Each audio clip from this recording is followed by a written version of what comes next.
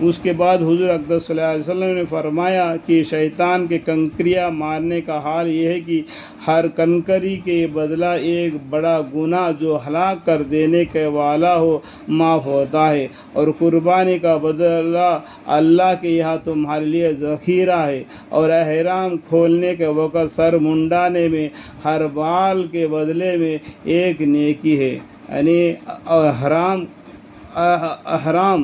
احرام بن کے حج کے لیے جاتے ہیں، وہ حج میں کیا کہ حج پورا ہونے کے بعد میں احرام کھول کر اور سر کے بال منڈواتے ہیں، اور ہر بال کے بدلے میں ایک نیکی ہے اور ایک گناہ معاف ہوتا ہے۔ اس سب کے بعد بھی آدمی طواف زیارت کرتا ہے، یعنی کعبہ شریف کا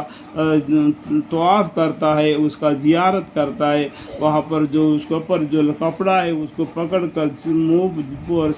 جسم پر لگا لیتا ہے اور اسے اللہ سے توبہ استغفار کرتا ہے، تو ایسے حال میں طواف کرتا ہے کہ اس پر کوئی گناہ نہیں ہوتا۔ اور ایک فرشتہ مونڈوں کے درمیان ہاتھ رکھ کر کہتا ہے کہ آئندہ آثر نو عمل کرتے رہے، پچھلے سب گناہ تو معاف ہو چکے ہیں، یعنی آئندہ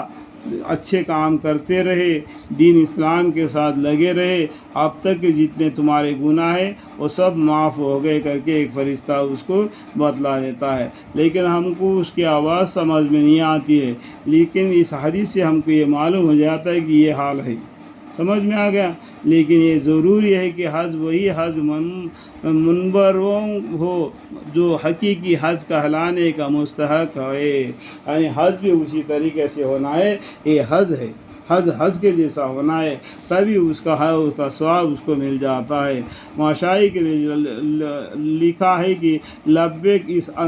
ندا کا جواب ہے جو اللہ جل شانہ کے حکم سے حضرت ابراہیم علیہ السلام نے فرمائی تھی، جس کا ذکر قرآن پاک کی آیت اذن فی الناس میں گزر چکا ہے۔ اس لیے جیسا کہ حاکم کی پکار پر داروبار کی حاضری میں امید و خوف کی حالت ہوتی ہے، ایسا ہی حال ہونا چاہیے، اس سے ڈرتے رہنا چاہیے کہ ایسا نہ ہو کہ کہیں اپنی بدعمالیوں سے